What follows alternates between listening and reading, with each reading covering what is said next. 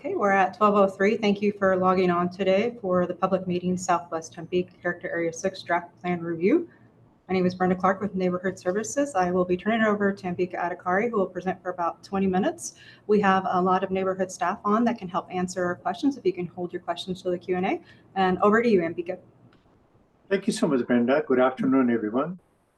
We're talking about the Southwest Tempe Character Area Plan Draft. My name is Ambika Adhikari, Principal Planner, Community Development. With me is Jacob Payne, Senior Planner.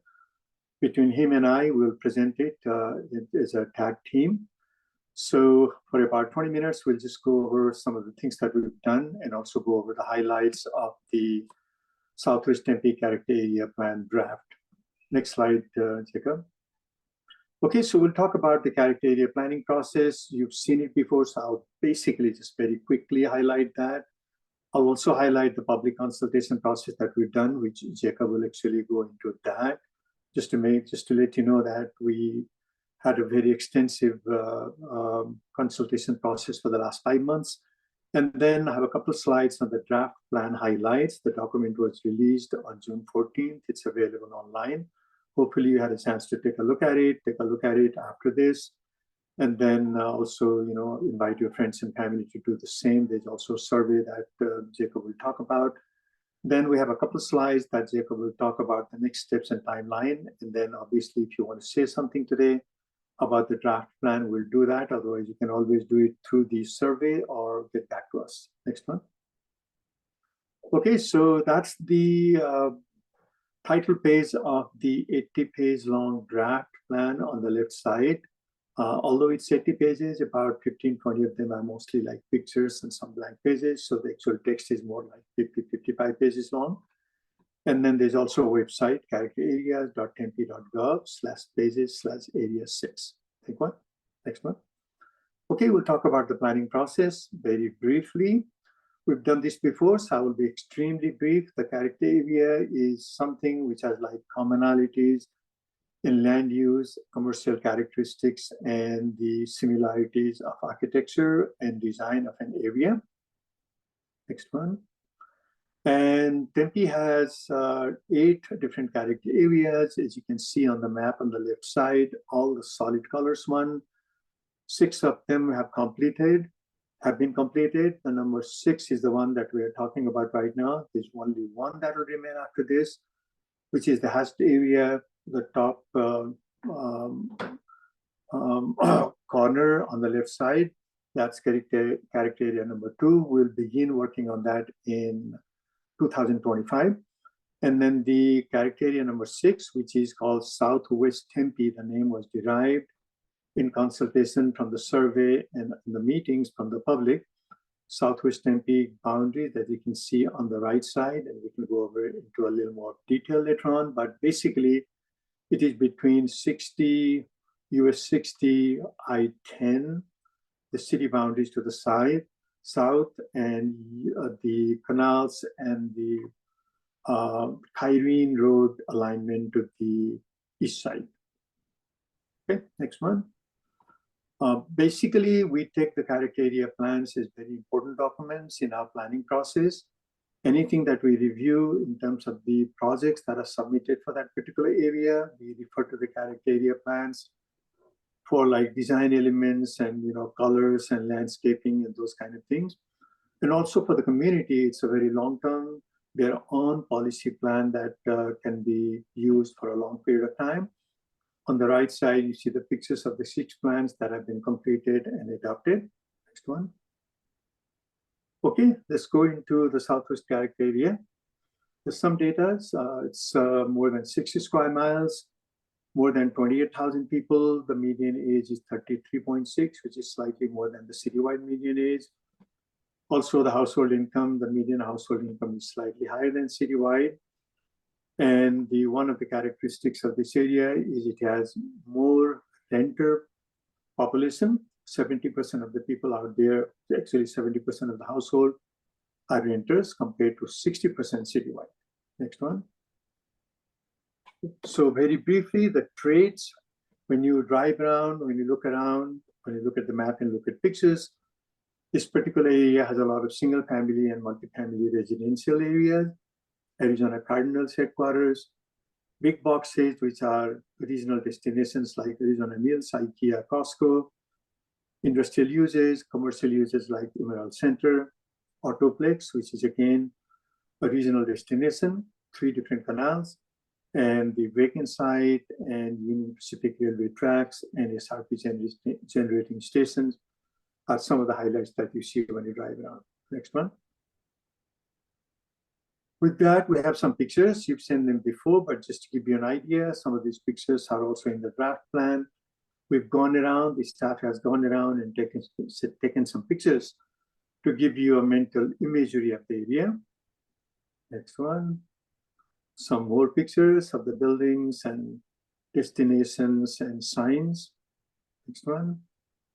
Some more around the canal, IKEA complex, and the single family areas and sports complex. Next one.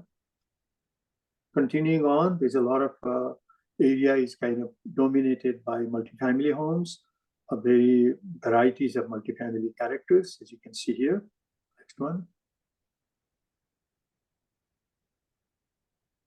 Next one. Okay.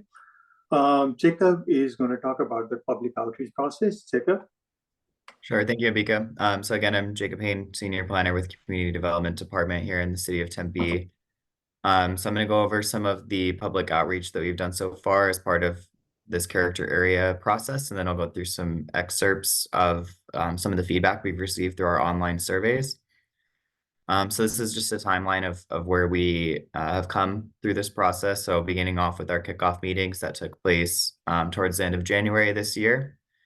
So following that meeting, we set up info tables in places around the area, including the sports complex, along the canal paths, and then also in some of the parks and commercial plazas in the area, before we came around to our second community-wide outreach effort, which we did a democracy activity, which is like a ranked voting activity where people gave us an idea of what priorities that the community members have for the area.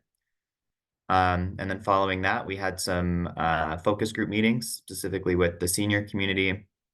We had a focus group meeting for businesses in the area and a focus group for faith and nonprofit organizations also. And then following that, just some more tabling opportunities, specifically with some of the multifamily communities in the area.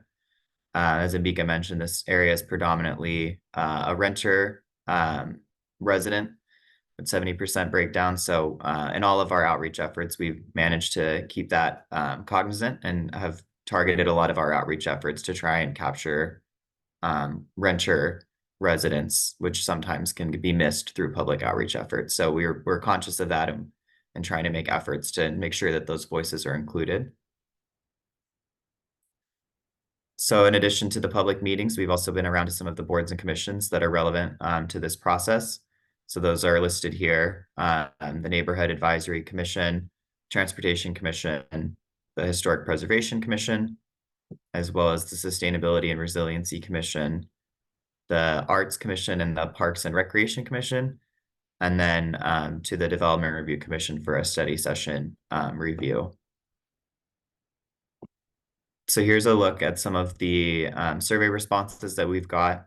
There's full public input summaries available at the project website, but this is just a look at some of the priorities that we heard throughout the process and kind of where people want emphasis as part of this character area plan. And then following this section, Ambika will get into detail about what the draft plan contains and how we've taken this into consideration.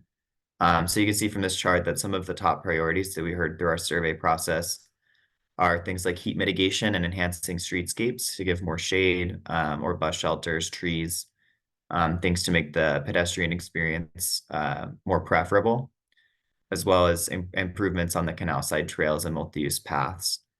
And then rounding out the top 5, things like affordability of housing in the area, as well as new ways to enforce and come up with ideas for sustainability through the built environment.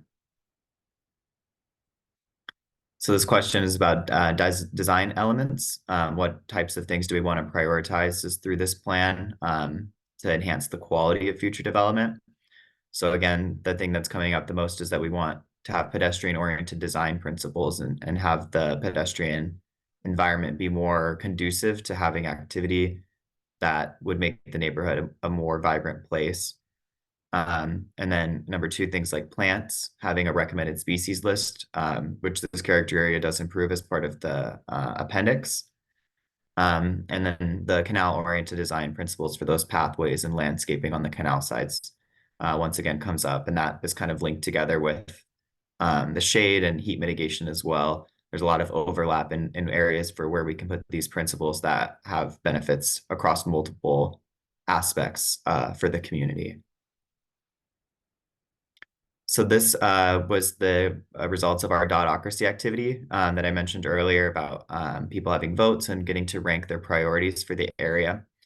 So you can see the elements that people ranked very highly include mobility, extreme heat management, shade, canal-oriented design and development, and open space. So again, those are the things that we wanted to really focus on and hone in on when it came to the guidelines and principles as part of this plan. So some other things that we've heard throughout the process at our meetings and on our surveys. There's a lot of feedback that we've received to improve the mobility options, whether that be pedestrian options, cycling options, or even we've heard a lot about the circulator buses, the Tempe Orbit, looking at ways to maybe get more resources out there, see if there's room for expanded routes, or in just general education about how the bus system works and that it's an option for a lot of people to get around in the area. We also heard comments about looking into future technologies, specifically about delivery when it comes to drones and bicycles. Lots of comments about opportunities for volunteerism in the neighborhood, things like cleaning up the canal side paths and removing graffiti. And then relating to those canal side paths too, we've heard a lot of input about improved safety, whether that be through lighting, and also to have more signage, kind of give an idea of the trail system, or the history of the area as well.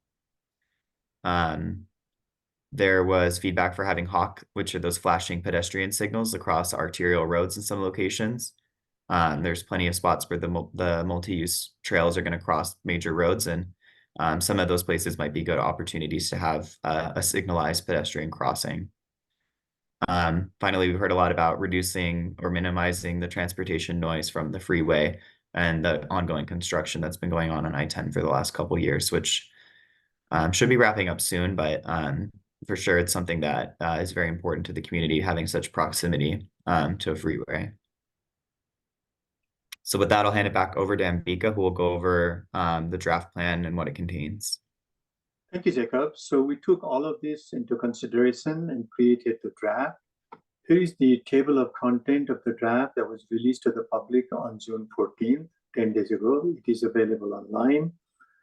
And then we provided the link at the last slide. Also, there's a link to that, or even if you search character areas Tempe, you'll find the website and you'll find all this info, including the draft of the plan. So basically the draft plan, like I mentioned, about 80 pages long, has the first section is introduction and location, talks about what the character area is like, what are the 3 county islands inside the character area, and also the adjoining jurisdictions of Chandler, City of Phoenix, and Town of Guadalupe.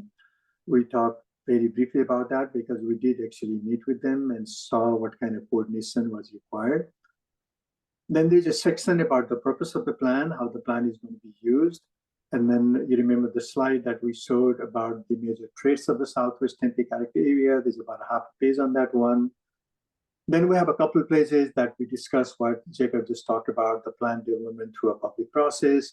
And there's also going to be appendices providing some of the details of the public involvement plan and the public consultation that we've done. So based on all of that, and you saw the dotocracy result, the dots and the democracy, and then also you saw what kind of highlights and preferences that people have in terms of the design elements that they wanted the plan to take into account. We have 14 different elements that we call planning, design, and placemaking goals and principles.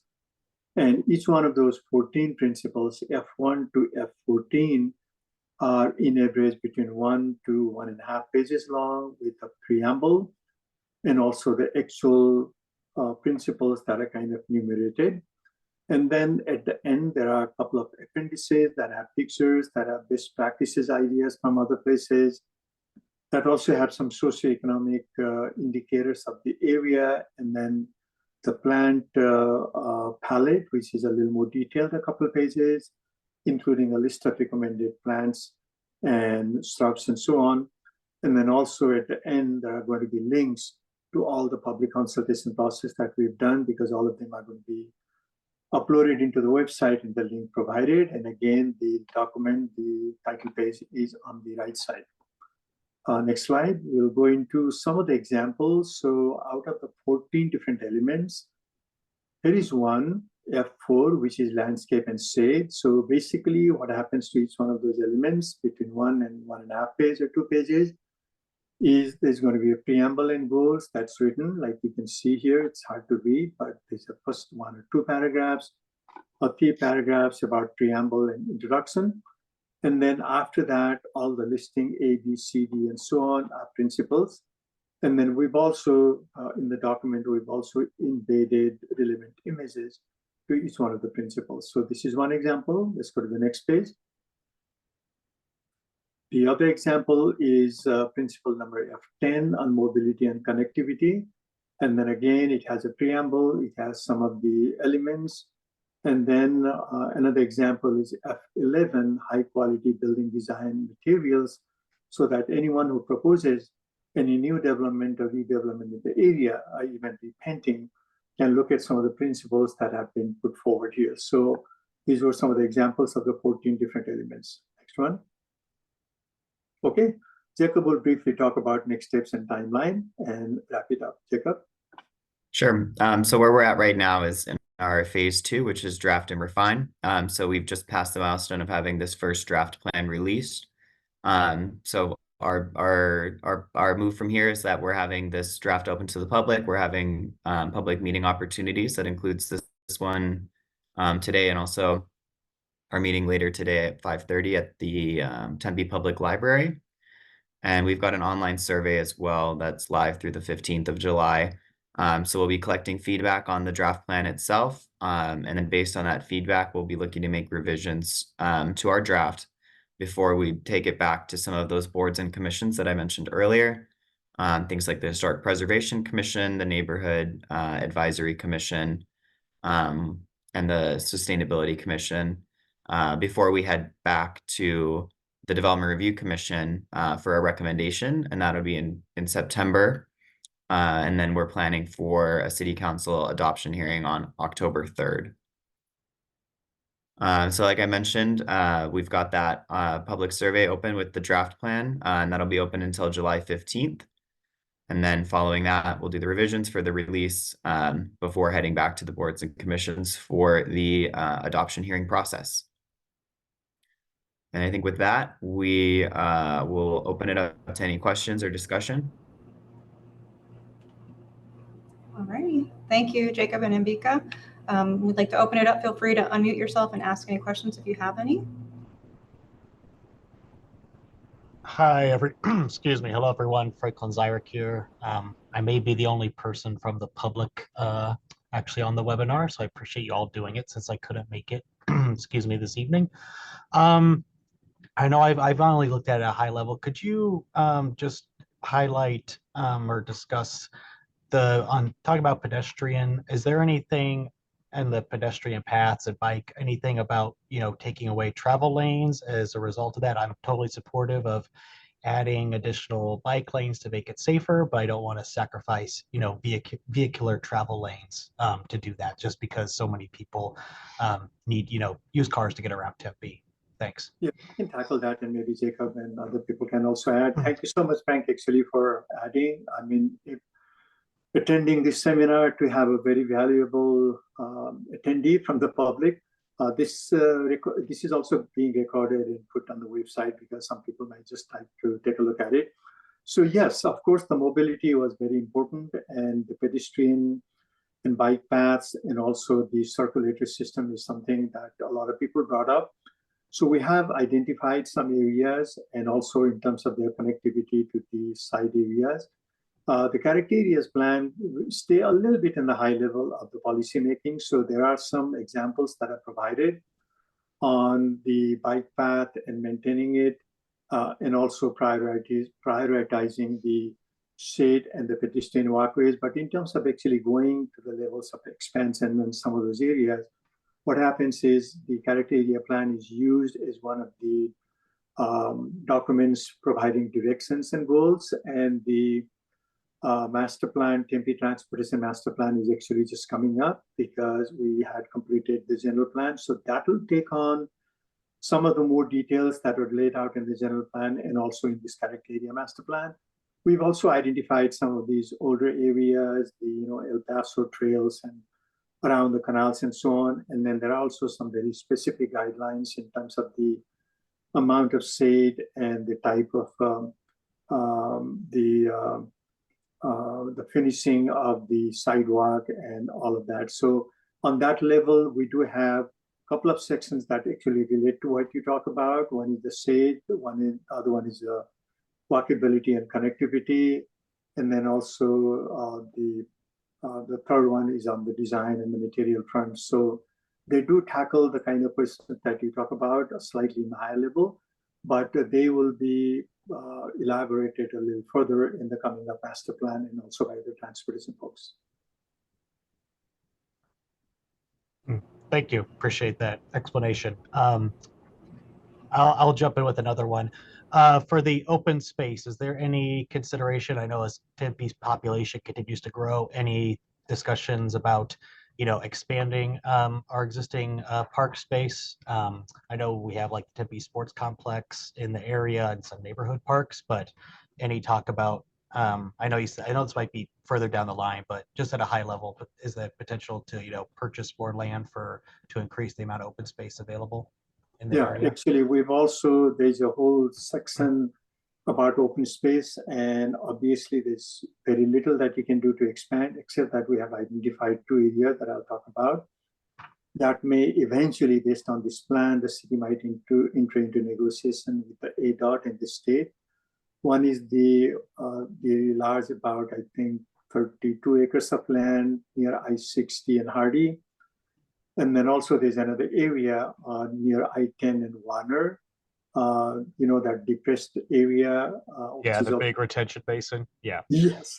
Yeah. So we've talked about those 2 areas, possibly some negotiation in the future to use them for what ADOT wants to use them as retention and storage and so on, but also have some kind of park-like features and use that for open spaces because they're really large 2 areas.